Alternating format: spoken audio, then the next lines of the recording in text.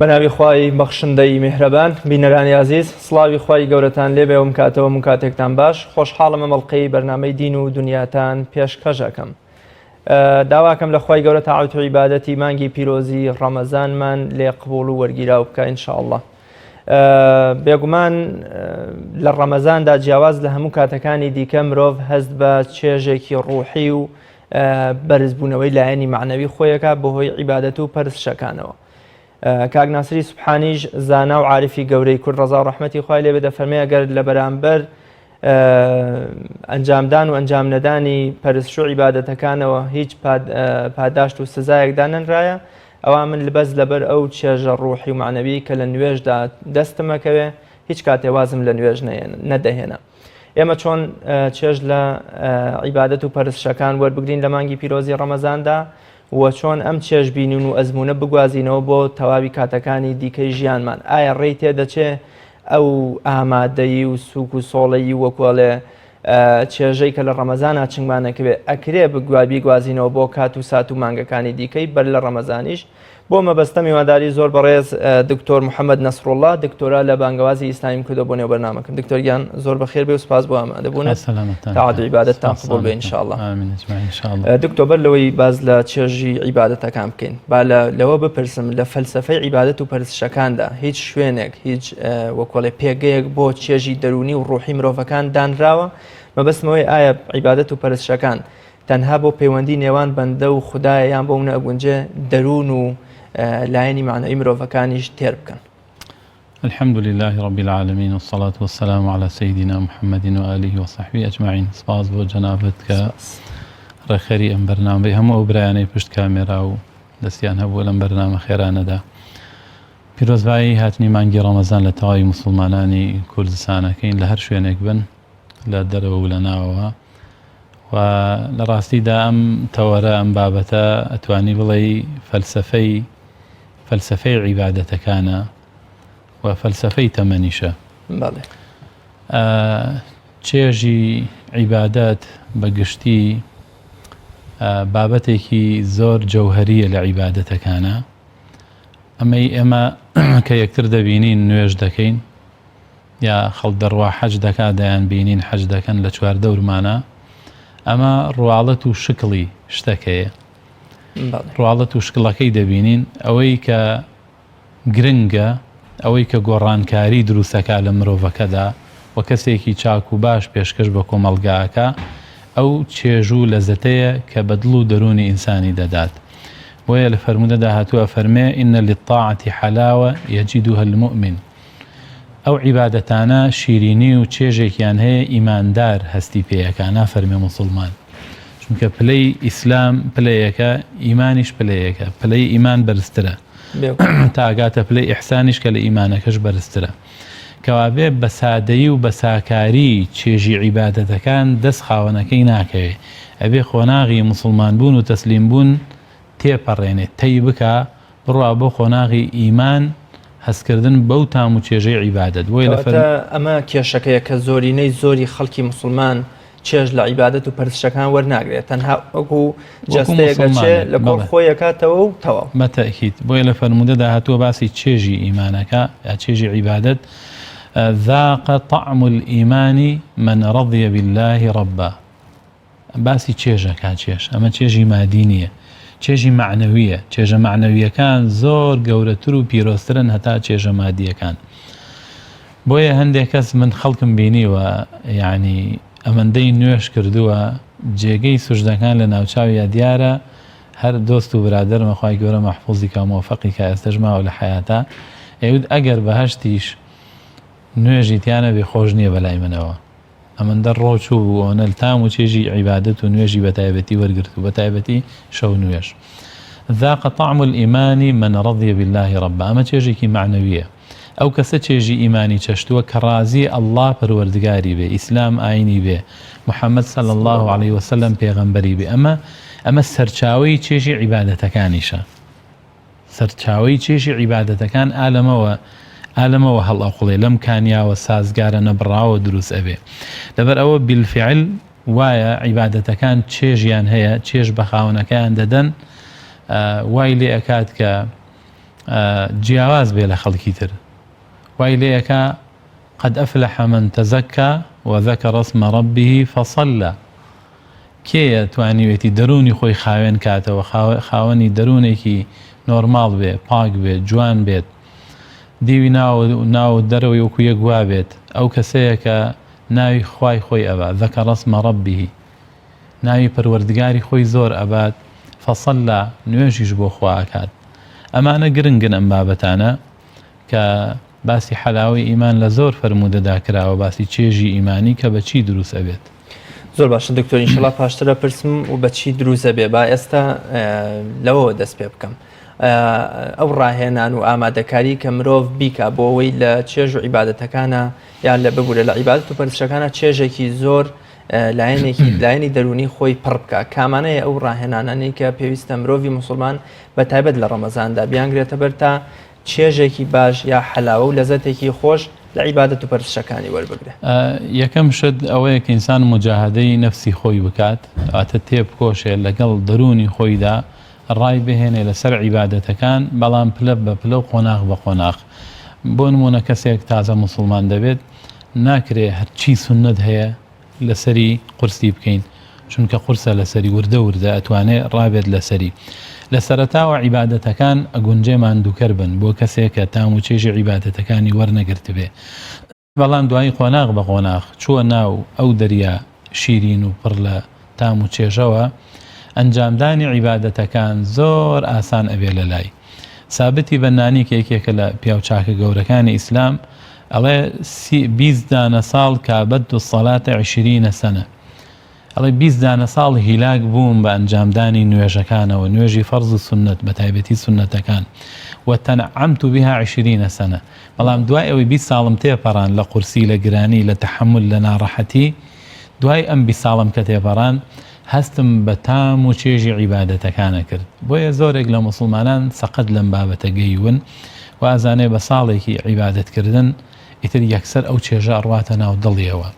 ئەوێت ماوەیەکی وردە وەکو چۆن بارانێک دەبارێت لە ئاسمانەوە بارانی بە خوڕەمی بەلێزمە ناڕواتە ناو ناخی زەویەکە ناڕواتە ناو سکی زەوی باوشی بۆ ناکاتەوە ناتوانێت گیا سەوزکات و دنیا شین بکات بەڵکو بارانێکی نەرمی لەسەر خۆی ئارامی بەردەوام ئەتوانێ کاریگەری خۆی هەبێ بارانەکە عیبادەتەکانی ژوایە وردە قۆناغ بە قۆناغ ئەو تام و چێژە دروستەکە لە ئینسانە ئەو یەزیدێکیشمان هەیە پیاوێکە لە پیاوچاکانی گەورەی ئیسلام ئەڵێ سقت إلى الله وهي تبكي فما زالت أسوقها حتى إن ساقت إليه وهي تضحك ئەڵێ من دەرونی خۆم ئەمە مجاهدەی نەفسەکەیە هەوڵ و تێکۆشانە لەگەڵ خۆمانە کە ڕامی بکەین لەسەر عیبادەت ئەم پیاوچاکە ئەڵێ من بەردەوام خۆم ڕائێنم لەسەر خۆم دەبم خۆم والێ ئەەکەم بەرەو عیبادەتی خوا بچم دەرونم بێتاقەتە ناڕەحەتمەکە هەندێک جار ئەڵێ بەردەوام من لەگەڵ نەفسی خۆما ئیشەکەم سەرزەنشتی ئەەکەم ڕای دەهێنم لەسەری هەتا وای لێ بێت ئەو دەروونە پێ بکەنێ بە عیبادەتەکان بگاتە پلە و قۆناغێک مەرحەلەیەک ئیتر بە لە عیبادەتەکانە بتوێتەوە هەز بە تام و چێژیان بکە مەحوی بەڕەحمەت بێ زۆر جوان لەبارەی فەلسەفەی عمری ئینسانەوە دەڵێ عیبادەت فەلسەفەی عمرە هەتاکو ماوی وریابە خەریکی تەسکیەی نەفس و ڕەفیقی ئەهلی تەقوابە فەلسەفەی تەمەنی ئینسان ئەگەر ئەم فەلسەفەی لێ دەربهێنی کە عیبادەتی خوایە ژیانی ئینسان پوچەڵە پوچە بێتەوە ژیانی ئینسان پڕ ئەبێ لە پوچگەرایی ینی باوەڕی بە هیچ نییە کە ئەشیڵێت هەرچیش بڵێ مادام خۆی جێبەجێی ناکات وە لە پەیجۆری ئەنجامدانی قسەکانی خۆیانی هیچ نییە کەسێکی پوچگەرایە عیبادەت فەلسەفەی تەمەنی ئینسانە ئەبێ بەردەوام ئینسان تەسکیەی دەرونی خۆی بکە بۆ ئەوەی بگاتە ئاستی ئەو فەلسەفەی کە خوا بۆی خەلق کردووە وما خەلقت الجن والئینس إلا ليعبدون هەر بۆیە پێغەمبەری ئازیزیشمان صلی الله عليه وسلم دەیفەرموو وجعلت قرة عيني في الصلاة بیلبیلەی چاوی من لە نوێژایە ئەنی خۆشتەکانی تر چاوی پێی کراوەتەوە دڵی پێی خۆش بووە بەڵام سۆما و بیلبیلەی چاوی لە چیا بووە لە ناو نوێژا بووە بۆیە کە ناڕەحەت بووە ئەیفەرموو ئەریحنا بها یا بیلال دەی بیلالتر بانکە فەرمو با دڵمان ئارام بێتەوە لەم هەموو غەم و ناڕەحەتیانەی دنیا ڕزگارمان بێ. خواجە فەرمی ئستعینوا بالصبر والصلاة. سەڵات یەکێکە لەو شتانەی بەردەوام کۆمەکی بە ئینسان دەدا، بەهێزی ئەکا، بە توانای ئەکا، کەواتە گرنگە ئینسان لەم فەلسەفەی ژیانەی خۆی تێبگات کە عیبادەتی خوای گەورەیە، لە نوێژەوە دەست پێ ئەکا. ئەوە ڕۆژووە کە ئێستا ئێمە هاینتیایە، بۆیە ئێواران ئینسان کاتێک کە ڕۆژوو ئەکاتەوە هەز بە چێژێکی معنەوی ئەکات. دوو چێژی هەیە ڕۆژوەکانمان. ئێواران کە ئینسان بەربانگ ئەکاتەوە زۆر حەزەکەی کە گوێڕایەڵی خوات کرد، ئەلحەمدولیلا من ڕۆژێکی چەند سەعاتی بۆ خوا بە ڕۆژووم گوێڕایەڵی خوام کرد، سەرکەوتوو بووم ئالەمە. کاتێکیش کە ئەگا بە خوای گەورە و پەروەردگارە لە قیامەتە، الصوم لي وأنا أجزي به، ئەزانێت کە ئەو ئیتر ئەو چەند مانگە لە عمری کە تەمەنی چەند ساڵ بووە هەموو ساڵێ مانگێک بە ڕۆژوو بووە، ئەو مانگە کرێکاری بۆ خوا کردووە. تەشبیهی نەبێت چۆن ئەڵێی هێزی تایبەت یا ئیشێکی زۆر خاصی تایبەت. ئەو مانگی ڕەمەزانە زۆر زۆر تایبەتە، زۆر خالیسە، وەکو هەنگوینێکی زۆر پاڵفتە وایە کە هیچ غەشێکی تیانە بێت. ئەو ڕۆژوەش عیبادەتێکی زۆر پاڵفتەی پاک و جوانە لە قیامەتا کە ئینسان ئەگاتەوە بە خوای خۆی هەز بە تام و چێژی ئەو ڕۆژوە ئەکا کە ئەنجامی داوە. زۆر باشە دکتۆر، باست لە سونەتەکان کرد. پیاوێکی دەشتەکی دێتە لای پێغەمبەری خوا صلی الله علیه وسلم، دەفەرمێ من چیم لەسەرە لەناو ئەم دینەدا، ئەفەرمێ ئەوەندە نوێژی فەرز و ئەوەندە ڕۆژی فەرز و ئەوەندە زەکاتی فەرز و کۆمەڵێشتی دیکە. دەفەرمێ دە من لە منە زیاترەکەم نەلی کەمەکەمە. پێغەمبەری خوا فەرمێ صلی الله علیه وسلم ئەگەر ڕاست بکە ئەوە بەسیەتی و دەچێتە باشت. مەبەستمەوەیە بەدەر لەمانە ئێمە کۆمەڵی سنەتمان هەیە لە شەو ڕۆژێک هاتوانین بۆ منە بەلانی کەمەوە دەیان و سەدان سنەتی پێغەمبەری خوا صلی الله علیه وسلم لە ژیان و عیبادەت و پەرستشەکانی خۆمانە تەطبیق و جێبەجێ بکەین. سنەتەکان چ ڕۆڵ و پێگەیەکیان هەیە لەوەی کە چێژ و لەزەت بە عیبادەت و پەرستشەکانمان ببەخشن؟ خۆی هەمیشە سنەتەکان پەڕژینێکی پۆڵاین و پتەون بۆ ئەوەی کە فەرزەکان پارێزگاری لە فەرزەکان بکات. پەڕژینێکن، سیاجێکن کە هەر کەسێک توانی سنەتەکان بەباشی ئەنجام بدا دوو شتی دەسەکەوێت. یەکەم فەرزەکان سەلامەتە بن لە فەوتان و لە تیاچوون، دووهەم مەحەبەتی خوای دەسەکەوێت. ئەو مەحەبەتەی بەڵێ لە فەرزا دەسەکەوێت لە فەرزیشا، بەڵام ئەمە تەتەووعە. بۆیە لە زاراوەکانی کتێبەکانی ئوسوڵی فقه و شەرعە بە سنەتی ژەوترێت تەتەووع، واتە زیاد لە فەرزەکان تۆ ئەنجامی ئەدەی، زیاد لە فەرزەکان بە ڕەغبەتی خۆت، بەویستی خۆت، بە حەزی خۆت ئەنجامی ئەدەی. فەرزەکان فەرزە لابد دەبێ ئینسانی موسڵمان ئەنجامی بدا، بەڵام خۆت توانی سنت نەکا. کاتێ سنت دەکا ئەمە تەتەووعەکە، واتە خۆی ئەبەخشێت، وەکو چۆن هاڵێ هێزێکی خۆبەخشمان هەیە. خۆ کەس وانی فەرزی نەکردو لەسەری بڕاو ئیشە بکە، بەس خۆبەخشانە ئیکە. سنەتەکان خۆبەخشانن. ئەمەندە ئەم کەسە مەحەبەتی دین و خوا و قیامەت لە دڵیایەتی، دوای ئەوە کە ئەرکەکەی خۆی بەجێهێناوە خۆبەخشانە دێت ئێتە بازنەیەکی ترەوە کە بازنەی سنەتەکانە. بە ئەنجامدانی ئەم سنەتانە پێگەی خۆی لە فەرزەکانە بەقووەتەکە، لەم لاشەوە مەحەبەتی زیاتری خوای گەورە و پەروەردگار بەدەستهێنێ، وەکو ئەو فەرموودە قودسی کە ئەفەرمێ بەردەوام عەبدەکەم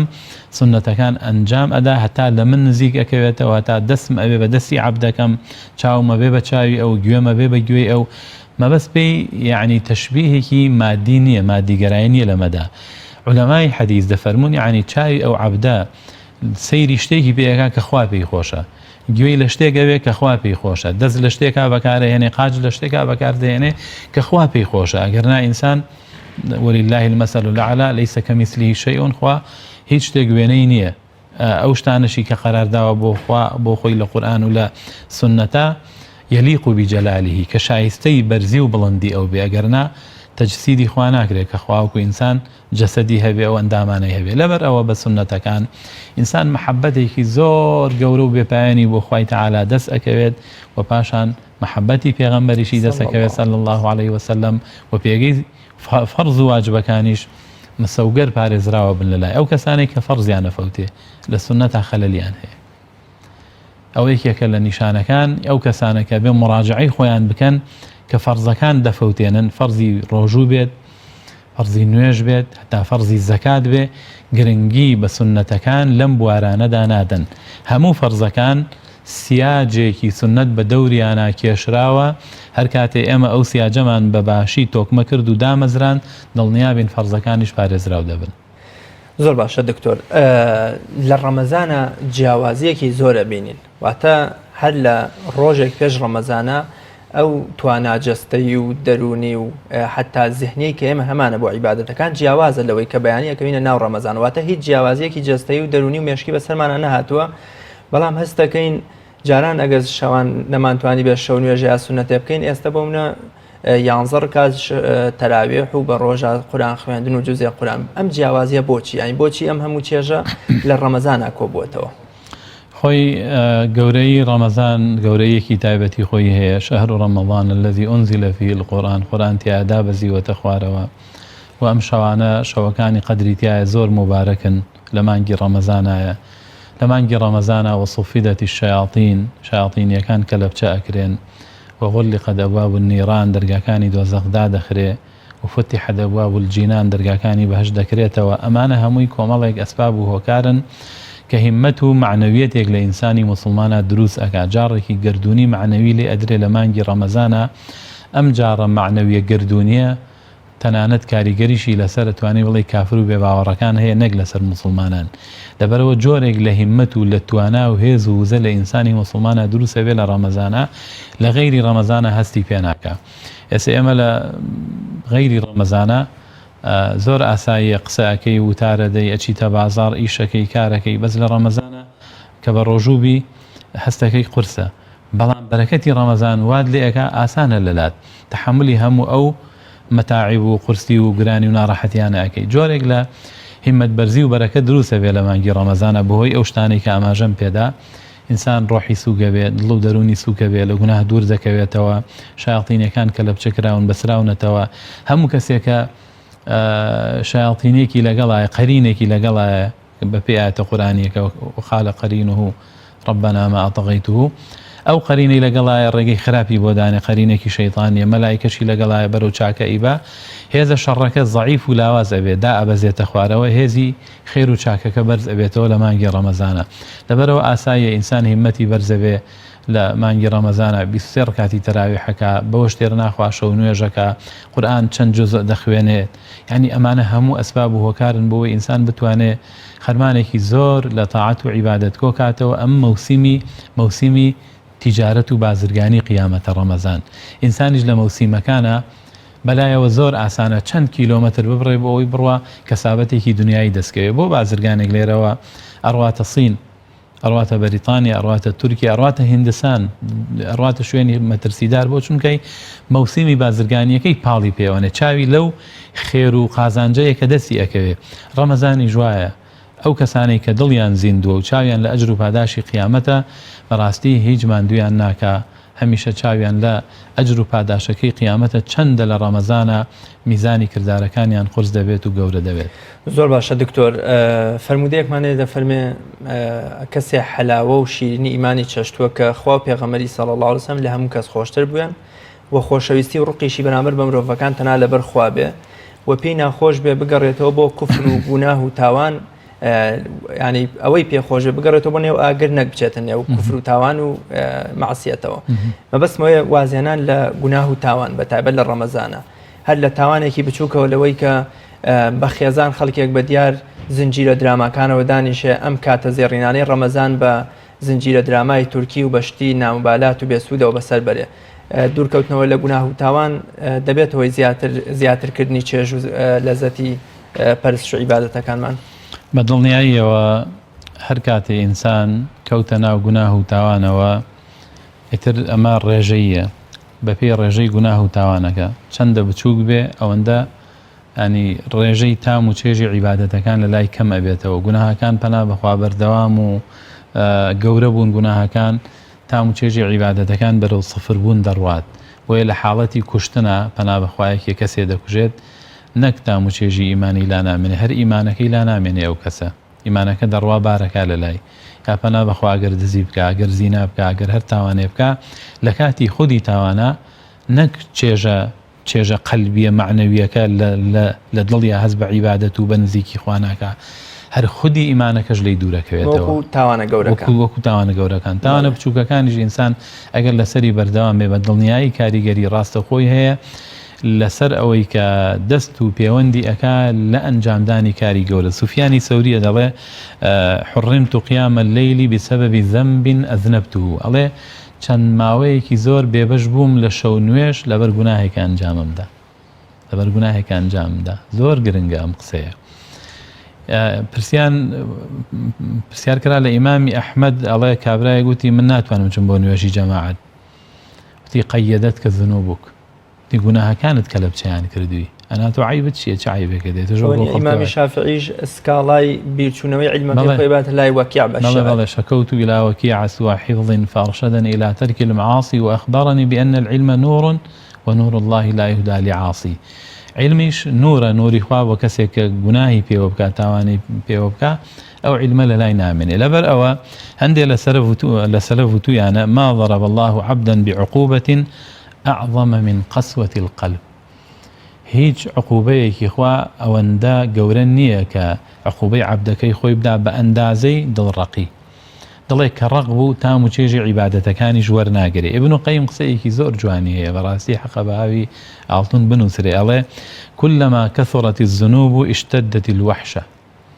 هەر کاتێک گوناهەکان زۆر بوون لەسەر عەبد، لەسەر ئینسان هەز بە تەنهایی و نامۆیی ئەکا، هەز بە بێتاقەتیەکە، هەز بە دڵەڕاوکیەکە. ئەو خەڵکە بۆ زۆر ئەوتا لە دڵەڕاوکیەوە. لەبری ئەوەی پەلامار با دەست نوێژێ بگرێت، 4 ڕەکات نوێژی سونەتکە، جوزی قورآن بخوێنێ، دانیشی سەڵوات بدا، یادی خوای گەورە و پەروەردگار بکە، لەم کەناڵ بۆ ئەو کەناڵی گۆڕێ، خەریکی مۆبایلەکەیەتی، لەم پیج بۆ ئەو پیج، لەم شوێن بۆ ئەو شوێن. لە ئەخیری شاکە مۆبایلەکەی دانا دوای ئەو هەموو سەعاتە هەز بە بێزاری و بەتاقەتێکی زۆرەکە. مرتاح نەبووە، دڵی ئاسوودە نەبووە، هەر لە وەحشەت و لە تەنهایی ئاژی. دەتوخوا بارە و کەسانە تەجربەی بکەن،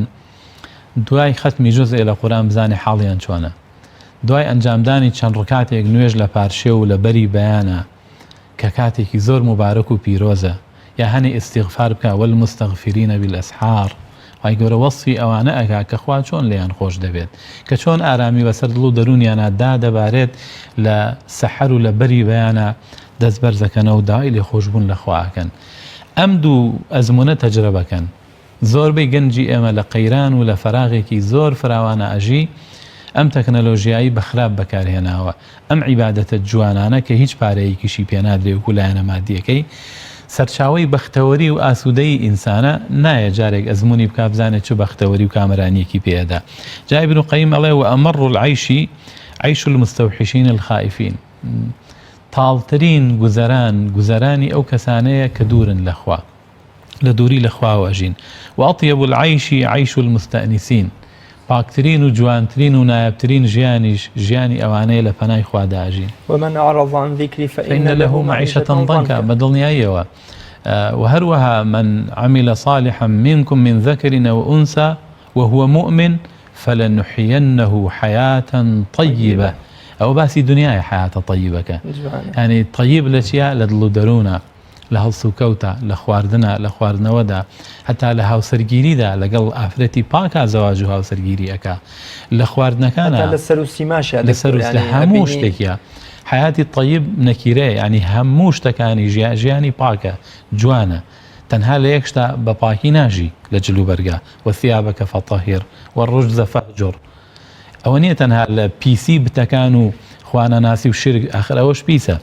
سەرچاوی پیسی ئینسانەکان لە شیرکەوەیە. فەجتەنیبوا الرجس من الأوثان. ئەوسان و بتپەرستی تر غەیری خوا هەر شتێک بێ سەرچاوی پیسیە بۆ ژیانی مرۆڤایەتی. ئەم پیسی کە ئەمڕۆ دەیبینین لە ئەم سەردەمە پێشکەوتووەدا کە بە چاوی خۆمان ئەیبینین، سەرچاوەکەی دووریە لە خوای گەورە و پەروەردگار. ڕێجسی واتە پیسی شرک و خوانەناسی سەرچاوی هەموو پیسیەکانە لە ژیانی مرۆڤایەتیدا کە ئەمڕۆ مرۆڤایەتی پێوەی دەناڵێنێ. لەبەر ئەوە جوانترین و خاوێنترین ژیانیش ژیانی ئەو کەسانەیە، ئەو حیاتە طیبەیە کە قورئانی پیرۆز وێنای ئەکا بۆ ئەهلی ئیمان. زۆر باشە دکتۆر. زۆربەی زۆری عورەفا و عاریفانی ئێمە لە کۆن و لە نوێدا و مامەڵەیان لەگەڵ عیبادەت و پەرستشەکانە کردووە کە ئەنەوە وەکو چۆن لە فەرمودەکەی جبریلیشدا کە تۆ کاروباری دین بۆ موسڵمانان لەسەر زمانی پێغەمبەری خوا صلی الله علیه و سلم ڕوون کاتەوە دەفەرمی ئیحسانەوەیە کە بە جۆرێک خوا بپەرستی و عیبادەتی بکەیت کە ئەنەو ئەگەر تۆ خوا نەبینی ئەو تۆ بینە وەکوڵە چاوی لێتە چاودێرێکتە. عرفا باز لەوە دەکەن کە ئەبێ عەشقێکی ڕاستەقینە، ئەوینێکی ڕاستەقینە لە دڵ و دەرووندا بێ. مەحویە فەرمێ بەخوا قەسەم لەگەڵ دڵی خاڵی لە سۆزی عشق تەکراری حرفە بەس دەمی پڕیا خوددا خوددا. نائامادەی خوددا لە عیبادەتەکانمان واتە عیبادەت و پەرستەکانمان تەنها سیرکردنیان وەکو عادەت و شتێکی ڕۆتینی ڕۆژانە تا چەند وای کردو کە ئێمە چێژ و لەزەت لە عیبادەتەکان وەرنەگرین. خۆی ڕۆتین دەردێکی کوشندەیە. بەشێک لە بەرەکەتی مانگی ڕەمەزان شکاندنی ئەو ڕۆتینەیە. مەسەلەن لە سەعات 3 هەڵەسی نانەخۆی کەی پێشتر وا بووە، هەڵەسی نوێژەکەی دەستنوێژەگری زیکر ئەەکەی دوعا ئەەکەی ئەپاڕێیتەوە. لە پێش ڕەمەزانە خەڵک بەدەگمەن بەگشتی ئەڵێم لە دوای نوێژی عیشا 4 سنەتی کردبێ ئەسا تەراویحەکان وەکو فەرز تەماشاکە. ئەمە گرنگە ئەم شتانە مەسەلەن دڵۆ پێگاو ناخواتەوە. مانگی ڕەمەزان یەکێک لە بەرەکەت و گەورەیەکانی شکاندنی ئەو ڕۆتینە ماندووکەرەیە کە موسڵمان 11 مانگ پێوەی گیرۆدە بووە نەیتوانیوە بیبەزێنێت. لەسەر خواردنێک نیوەڕۆان شەڕی لەگەڵ ماڵ و خێزانە کردو ئەگەر 5 دقە دوا کەوت بێسە بەیانیش ناخوا نیوەڕۆژ ناخوا ئێوارە شاوەڕێی دقەیەکەکەی بانگ بێ اینجا ئیلتیزام کا بە کاتەکانەوە. ئەمە شکاندنی ئەو ڕۆتینانەیە. لەبەر ئەوە بەڕاستی بوو ئەوەی بتوانین ئێمە چێژێکی ساغ و دروستمان هەبێ لە عیبادەتەکانە ئەبێ بەدڵ خواپەرستی بکەین. ئیمامی غەزالی لە بەشێ لە ئیحیادا کە باسی نوێژەکە باسی حوزوری قەلبەکە، ینی ئەڵێ بەپێی کۆمەڵێ نەس و دەقێنێتەوە لە حەدیسە، ئەڵێ بەپێی حوزوری قەلبی عەبد خواپاداشی ئەو نوێژ خوێنە ئەداتەوە. ئەگەر لە 150 دڵی حازر بێت لە نوێژەکەەوە لە 150 بۆ دانێ لەو نوێژە. ئەگەر لە 180 دڵی حازر بێ لە نوێژەکە 80 ئێنێ لەو نوێژە و ئابە شێوازە. زۆر تەرکیز دەکاتە سەر حوزوری قەلب لە چیا لە عیبادەت بە تایبەتی لە نوێژە. ئیمامی غەزالی ڕەحمەتی خوای لێ بێت. تەسەوفی پاڵفتەش هەر ئەوەیە کە ئیش لەسەر دڵ و دەروونەکە ئینسان دڵ و دەرونی زاخاو ئەدا لە ناو بۆتەکەی چیە عیبادەتەکانە لە ناو ئیخلاسە. بۆیە کەسێکی وەکو مەولانا جەلالەدینی ڕۆمی لەما زۆر ڕۆچوو بوو تا حەدێک لە ڕۆژەکانی ئەخیری عومریە ئەیود من ڕۆژی مردنم ناوی نابوو بە ڕۆژی زەماوەند. ئەگەمەوە بە خۆشەویست ئەگاتەوە بە خۆشەویستەکەی خۆی من أحب لقاء الله أحب الله لقاءه. ئەو ئاماژەی ئەو حەدیسەش بۆ ئەو بابەتە کە خوای گەورە لەگەڵ زەنی عەبدەکەیەتی. ئەگەر عەبدەکە زەنی وابێ کە حەسبکە بە لیقای خوا بگات دڵنیا بێ خوای گەورەش زۆری پێخۆشە بە لیقای عەبدەکەی خۆی بگا.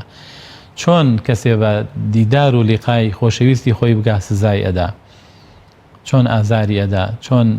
ناڕەحەتی ئەکات. بەڵکو زۆر بە جوانی وەکو بیلالی حەبەشیش لە کاتی سەرە مەرگایوت غەدەن ئەلقە الأحبة محەممەدەن وصەحبە لە ڕیوایەتێکا محەممەدەن وحیزبە. ژنەکە ئەگریاوە هاواری ئەکرد مەگری من سبەینێ ئەگەم بە خۆشەویست کە محەممەد و هاوڵەکانیەتی صلی الله عليه وآله وسلم. لەبەر ئەوە عیبادات ئەو چێژە گرنگە کە هەر کەسێک بە پێی خۆی دروستی کە پیاوچاکێک هەبوو جارێک ئەیگوت گرنگ نییە من چەند دەقم پێ بچێ لە نوێژە، هیوا هەیە وازانە ئەگەر 10 دقەی پێ بچێ لە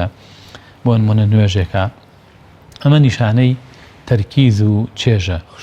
خوشوع و ئەوەیە. بەس ئەیوت وەختی وایە من 5 دقەشم پێچێ بەڵام خوشوع و تام و چێژەکەی تایە کاتی وایە 10 دقەشت پێچوە بەڵام تەرکیزت لە نوێژەکەوانە بووە و ئاگاد لە خوشوع و خضوع نەبووە، ئاگاد لەو پەیوەندی قەلبیە نەبووە کە لەگەڵ کێوە ئینسان ڕاز و نیازەکە. بۆیە ئیبن قەییمە ڕەحمەتی خوای لێ بێ هەر ئەوە دەفەرمێ پێوەری بەرەو پێشچوونی دینداری ئینسان بە نوێژەکانیا بیپێوێ. ئەگەر نوێژی ئەمساڵمان هەر وەکو پار وابوو وەکو پێرار وابوو ئینسان ئەبێ مراجعی خۆی بکات و بە خۆیان بچێتەوە. زۆر باشە دکتۆر. بێگومان باسمان لە دوورکەوتنەوە لە تاوان و گوناهەکان کردوە ڕاهێنانی دەروون. لە ڕەمەزاندا شتێکی دیکەمان هەیە وازێنانە لە شتە مەباح و پەسەند کراوەکان یا بۆ نەشتە حەڵاڵ کراوەکان هەر لە خواردن و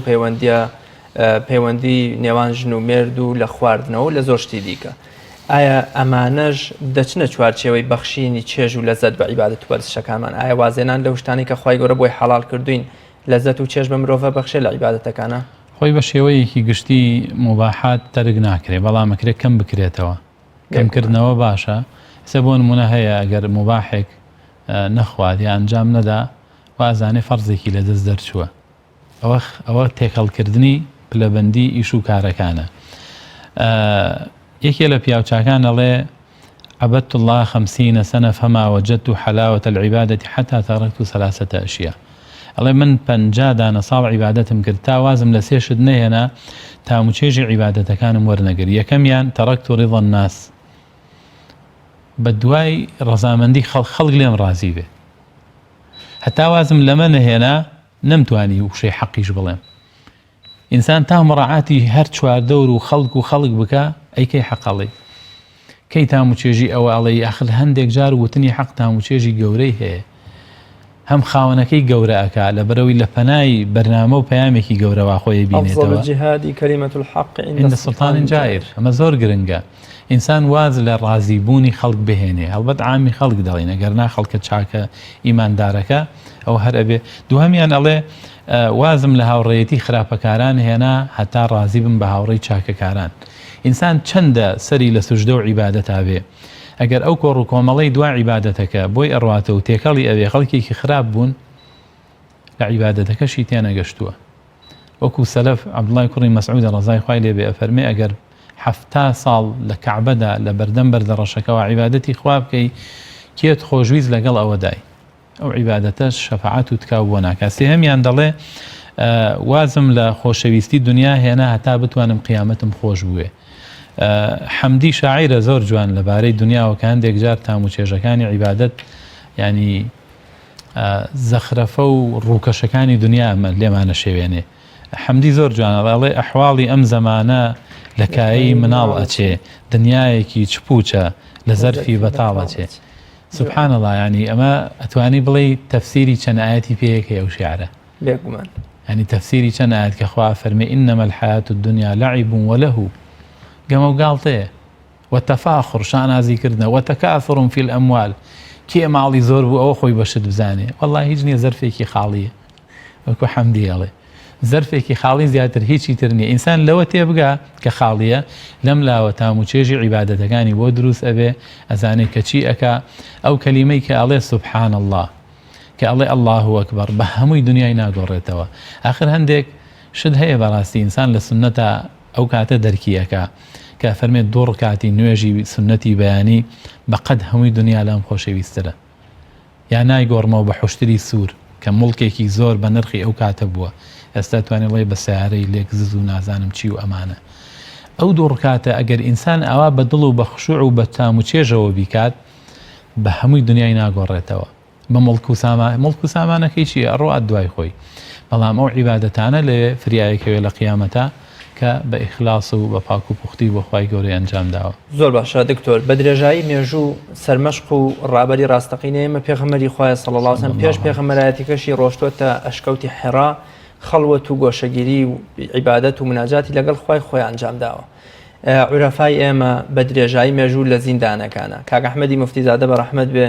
دوای 10 ساڵ عەزیەت و هەزار ڕووەکاتە خوا فەرمێت تۆم هەبی تەنیا لە ئینفرادی لێم جەمە هەرچی خۆشی دنیاە کەواتە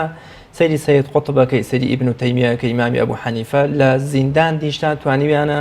زیندان بکەنە باخچەیەکی ڕازاوە بۆن خۆش و خوا لە خۆیان ڕازی بکەن بەستنەوەی چێژ و لەزەتی عیبادەت و پەرستشەکانمان بە مزگەوتەوە بە تایبەت لە ئێستاە کە بۆی ڤایرۆسی کۆرۆناوە بەداخەوە مزگەوتەکان بە ڕوومانە داخراوە شتێکی دروست و ڕاستە کە من پێم وابێ مادام لە مزگەوتانە بێ ئیدی لە ماڵەوە و لەسەر جادە و لە شوێنێکە هیچ چێژ و لەزەتێکم دەست ناکەوێ فەرزەکان ئەگەر ئەم پەتای کۆرۆنا نەبێت کێشە نەبێت هیچ پەتایەک نەبێ ئەسڵ وایە لە مزگەوتا بێ بەس سونەتەکان ئەسڵ وایە لە ماڵا بێت پێغەمبەری خوا صلی الله علیه وسلم 2-3 جار تەراویحی لە مزگەوتا بۆ موسڵمانان کردووە بە جەماعەت ئیتر سونەت باش وایە تاموچێژەکەی لە ماڵا بێ بەرەکەتەکەی لە ماڵا بێ من دڵنیام ئەم فترە کە خەڵک لە ماڵا نوێژی جەماعەتی کردووە کاریگەریەکی ڕاستە و خۆی لەسەر دڵدەرونی مناڵەکان هەیە لەسەر مناڵ هەیە کە ئەم باوکەم عیبادەتە چییە کە ینی مناڵی بچووکم بینیوە زۆر بچووک 2 ساڵ کە وەختە ئەو جەماعەتە لە ماڵاوتیان هەموو ئامین ئەویش ئامینی کرد هەن ئەرزانی ئامین چییە ئەو مناڵە وردە پەروەردە ئەبێ لەسەر ئەمە لەبەر ئەوە بەڕاستی پێغەمبەر صلی الله عليه وسلم سنەتی لە ماڵا کردووە بە دەگمەن ڕێک کەوتووە بە دەگمەن لە مزگەوتا کە هاتبێ مەگەر سنەتی هەدیەی مزگەوتی کردوێ سنەتی دەستنوێژی کردوێ ئالم سنەتانە کە مناسبات بوو ئەگەر نا سنەتەکانی لە ماڵا کردووە بۆیە زۆربەی ئەو سنەتانی کە لە ماڵا کردوێتی خێزانە بەڕێزەکانی بۆمان دەگێڕنەوە ڕیوایەتیەکەن بۆمان حەزرەتی عایشە ئاگای لێ بووە کە لە ژوورە بچووکەکەیە کە ژوورەکە ئەوەندە بچووک بوو مەجال نەبوو بە دڵی خۆی بە ئیسراحەت سوژدەی تیاوەرێ هەندێک جار قاچی عایشەیە گوشی بۆی بباتە ئەو لا سوژدە بەرێ ئەو لەو خانووە بچووکە متەواضعەدا بەقەد هەمووی دنیا تام و چێژی عیبادەتەکانی وەرەگرت ئێستا ژوور و ماڵەکانی ئێمە زۆر جوان و ڕازاوەن بەس ناتوانین تام و چێژی عیبادەتیان تیا دروست بکەین خەلەلەکە لە خۆمانایە بۆی ئیبن تەیمیە فەرمێ بە ڕەحمەت بێ جەنەتی فی قەلبی من بەهەشتی خۆم لە دڵمایە وەتا لەو دڵەمە ئەبێ هەموو کەس ئەو بەهەشتەی خۆی کە دڵیەتی ئاوەدانی بکاتەوە جوانی بکات بیڕازێنێتەوە بەچی بە شتێک کە شایستەی دڵیەتی کە ئەوی ژیادی خوای گەورە و پەروەردگارە هیچ شتێک شایستەی نیشتەجێبوونی ئەم دڵینە ئیلا ئەڵڵا نەبێ ئیلا ئەڵڵا نەبێ بۆی خەڵکی تر هەوڵەدا بەشتی تر ئاوەدانی کاتەوە بەس تایەت کاو لەبێت ئەبێتە وێرانە زۆر باشە دکتۆر ڕەمەزان بە مانگی قورئان ناسێنراوە واتە قورئان خوێندن و بەرخوردمان لەگەڵ قورئانە بووەتە مۆرک و سیمای ڕەمەزان کاک ناسری سوبحانی بە ڕەحمەت بێ فەرمێ خوێندنی ئاەتێکی قورئانی پیرۆزم بە تەدەبور و تێڕامانێکی قوڵەوە پێ خۆشتر و باشتر لەوەی کە ختمێکی قورئان بکەم هەراوە بەسەریا بڕۆم پرسیار لە ئیقبال لاهوریەکەن بە ڕەحمەت بێ فەیلسوف و شاعیری پاکستانی لەبارەیەوەی کە چۆن قورئان کاریگەری لەسەر جێڵاوە فەرمێ من وا تێئەگەم و وا بەرخورد و مامەڵە لەگەڵ قورئان ناکەم کە بۆ خودی خۆم دابەزیەوە قسە لەگەڵ من ناکە من ئاراستەکە من داڕێژێتەوە من بنیادەنێ قورئانی پیرۆز ئەگەر ئێمە جوان مامەڵەی لەگەڵا بکەین لەگەڵ یا ڕۆ بچین ینی بە جۆرێ لە جۆرەکان تەعاملی لەگەڵا بکەین وەکو عورەفا کە تەعاملیان لەگەڵا کردووە تا چەند چێژ و لەزەتێکی زۆرمان پێبەخشێ خۆی قورئان بەرەکەتێکی گەورەی تێدا هەیە ئەگەر شوانێکیش بیخوێنێ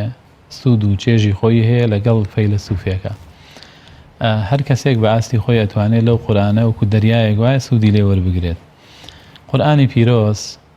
جاذبیەتی هەیە قورئانی پیرۆز لەگەڵ ئینسانە ئەژی ئەگەر هەموو خەفەتت هەبێ لەگەڵ تا ئەژی هەموو خەفەتت لا ئەبە نەخۆشیت هەبێ لەگەڵ تا ئەژی شیفا بێ بۆ نەخۆشیەکە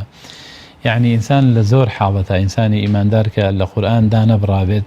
هەستەکا کە ئەم قورئانە لەگەڵ یایەتی لە سەفەرە لەگەڵ یایەتی لە ماڵا لەگەڵ مناڵەکانیە لە حاڵەتی قەرزاریە لە حاڵەتی بوونە ئاراستەیەکە هەدانی لە حەزن نی ئاراستەی ئینسان نەکە ینی کاتێکنی ئەم قورئانە دابڕاو بێ لەم ئینسانە هەموو کاتێک لەگەڵ ئینسانایە کاتێک خواردنە خۆی فلينظر الإنسان إلى طعامه سيري خواردنەکەت کە بزانە خوا چۆنی بۆ ڕازاندویتەوە سەیری زەوی کە خوای گەورە فأنبتنا فيها حبا وعنبا وقضبا وزيتونا ونخلا أم همشتي لم زويا درهنا بو إيما بو سودي لي وربقرين سيري هنك خواي قورا وأوحى ربك إلى النحل أن اتخذي من الجبال بيوتا يعني شدنية كإيما لتشوار دور مانا سودي لي وربقرين بيبينين إلا أو قرآنا بما أن الله الشوازي مامەڵە لەگەڵیا و چۆن سوودی لێ وەربگرین و هەمووشی لە پێناوی خۆمانایە کە ئاراستەمان بکا بۆ ڕێباز و ڕێگەیەکی بەرز کە شایستە بێ بە ئینسان إن هذا القرآن يهدي للتي هي أقوم يعني ڕێگەیەکی زۆر بەرز و جوان و شایستە کە شایستە ئینسان بێ لەبەرەوە قورئان من ڕەجا لە هەموو براخوشکانی بەڕێزم دەکەم لە مانگی ڕەمەزانە دوو جۆر ختممان هەبێ جۆرێک بۆ ئەوە کە سنەش هانمان دەدا کە لە ڕووی